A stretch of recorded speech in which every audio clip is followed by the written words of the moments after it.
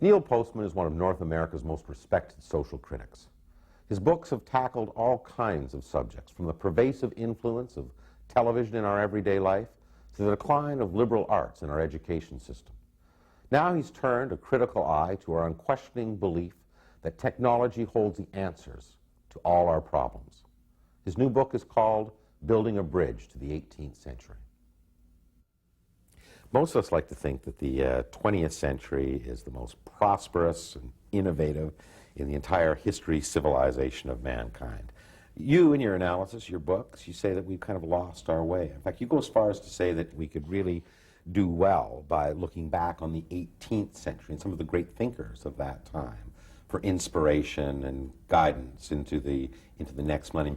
Tell us basically what was going on in that century that you think is so relevant to what we're facing and coming up to now. Well, for one thing, of course, today we refer to the 18th century as the Enlightenment. Mm-hmm. That's the term we use, and I think it's an appropriate term because I think it's in the 18th century that we invent basically the best ideas of what we would call modernity. I named this book Building a Bridge to the 18th Century in part as a joke or mocking President Clinton's metaphor of building a bridge to the 21st century. Now, when he talks about what we're going to carry across that bridge, it is always the technology, the information superhighway. He rarely, if ever, mentions any ideas or questions that we have to ask about what's going to happen to us when we get to the other side of the bridge.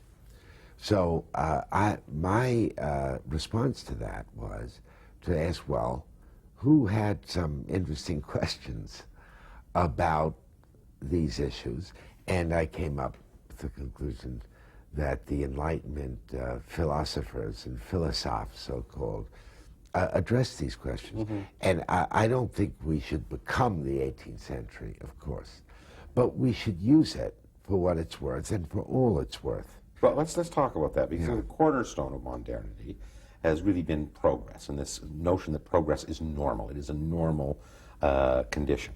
You track back and look at the thinkers in the 18th century and say, well, they embraced progress. There was also a questioning of progress. Give me some examples of that. Well, to begin with, on the first part of what you say is that the idea of progress, or you say progress, which is I like, was invented in the 18th century, mm-hmm. that there was going to be a continuous advancement of the human condition.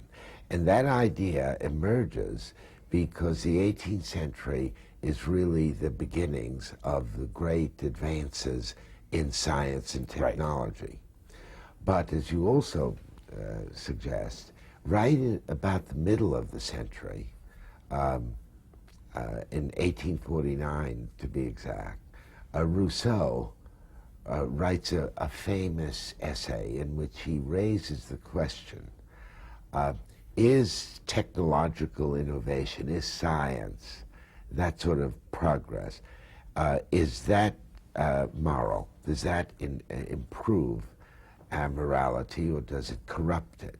And now he comes to the conclusion that while science could tell us how things work, it couldn't tell us how to live, and in fact, the great mistake we would make is to assume that technological and scientific innovation are the same thing as humane progress. Mm-hmm. Now, I bring that idea, that argument, as it were, up in the book, because I think we need to have this argument again in the 21st century. Well, what happened? Because here we have the rationalists, you know, actually having a debate with the romantics. Mm-hmm. And it's part of civilization. It's a toing and froing and back and forth. You don't hear the second side of the debate in the 20th century. What happened? Right. Well, I think we became obsessed early in the 19th century with trying to answer an interesting question, and an important one,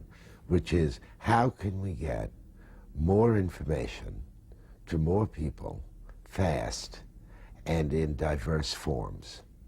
And we began to give an answer to that with the invention of telegraphy and photography in the late 1830s and early 1840s. And for 150 years after that, we've been doing that. We've been answering that question, how to get more information to more people fast in diverse forms. Yeah, and this is a major part of, Yes. of your criticism. In fact, Now the good news is, Alan, we solved that problem. So we should congratulate ourselves. but to the extent that we can get information. Yes. But your concern here is that technology is being developed more or less in a vacuum. I mean, you have a neat saying that you say you fear that we're becoming tools of our tools. Yes. Explain that criticism. Well, because having accepted that technological advancement is the same thing as human advancement, we have staked everything on that. We're willing to do whatever we have to do to accommodate new technologies. So if some of those 18th century thinkers were around, Rousseau, Voltaire, Diderot, even Franklin and Jefferson, they would want us to raise some questions about this and to see what are the limits of technological development and where does technological development fit in with our concept of what is moral.